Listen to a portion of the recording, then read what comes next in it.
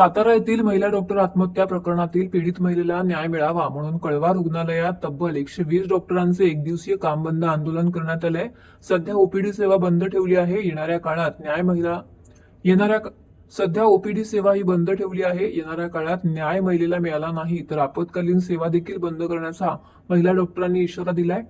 सातारा येथील महिला डॉक्टर आत्महत्या प्रकरणातील पीडित महिलेला न्याय मिळावा या मागणीला अनुसरून ठाण्यातील छत्रपती शिवाजी महाराज रुग्णालयामध्ये तब्बल 120 डॉक्टरांनी संप पुकारलाय।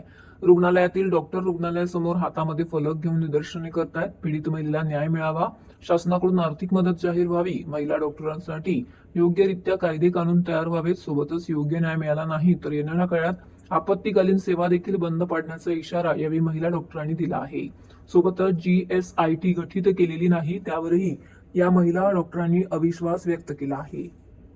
आमच्या हीच मागणी आहे की स्पेशल इन्व्हेस्टिगेशन टीम बसवायला पाहिजे आणि जे पण आरोपी आहेत त्यांना लवकरात लवकर पकडलं पाहिजे आणि त्यांना न्याय द्यायला पाहिजे। तसेच कुटुंबाला 5 करोड रुपयाचं आम्ही मानधन पण द्यायला पाहिजे अशी पण मागणी केली आहे।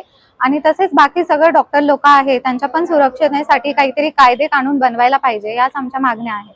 SIT सध्या नेमलेली आहे, त्या SIT वरती किती विश्वास आहे, काय वाटतं न्याय मिळेल? अजून सध्या तरी काही सांगू नाही शकत आहे, कारण अजून 1 हप्ता झाला या प्रकरणाला, तरी पण पाहिजे तसं काही एवढं झालेलं नाहीये। तर बघू आता काय होतं ते।